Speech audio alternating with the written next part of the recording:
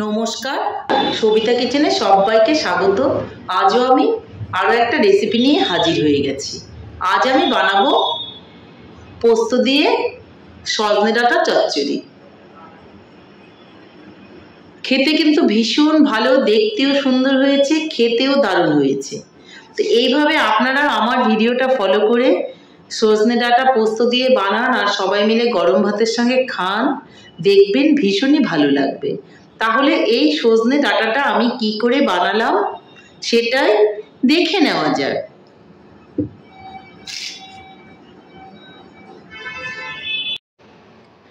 সজনে ডাঁটার পোস্ত বানাতে গেলে প্রথমে কিন্তু সজনে ডাঁটা নিয়ে নিতে হবে। সজনে ডাঁটাগুলো দেখুন আমি খুব সুন্দর করে ছুলে ছোট ছোট করে কেটে নিয়েছি। আর তার মধ্যে আমি দিয়ে দিব আলুগুলো এরকম ঠিক ডুমো ডুমো করে কেটে নিয়েছি। তাহলে আমি এটাকে নিয়ে এখন আলাদা স্টেজে চলে যাচ্ছি। এই পোস্তটাকে আমি বেটে নেব এই লঙ্কাটা দিয়ে। এই লঙ্কা, পোস্ত আর সজনে ডাঁটা, আলু এটা দিয়েই বানাবো আমি সজনে ডাঁটা পোস্ত। তাহলে চলে যাচ্ছি নেক্সট স্টেপে।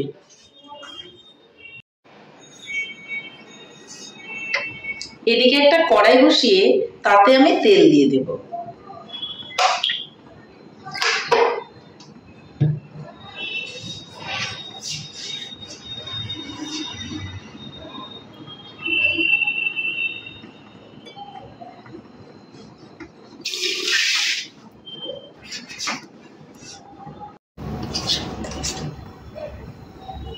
তেলের মধ্যে দিয়ে দেবো একটু হলুদ, সজনাগুলো আর আলুগুলো আমি দিয়ে দেবো এর মধ্যে।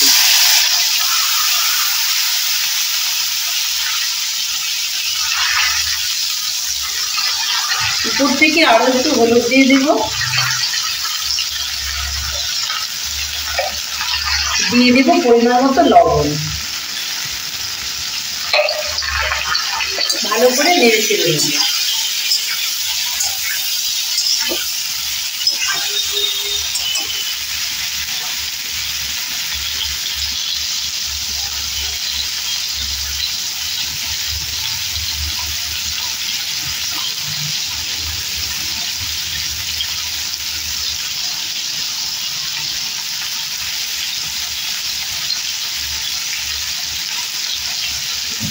কাঁচা লঙ্কা দিয়ে দেবো 800।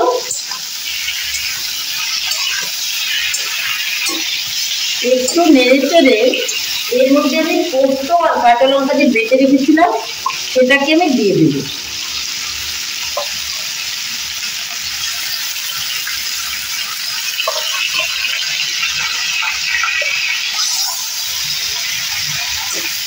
এবারও আমি নেড়ে দেবো। আবার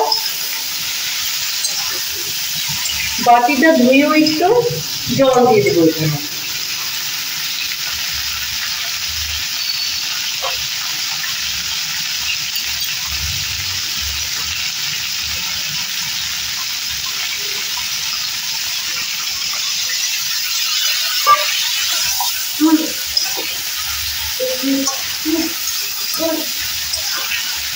এর মধ্যে দিয়ে দিব অল্প করে চিনি।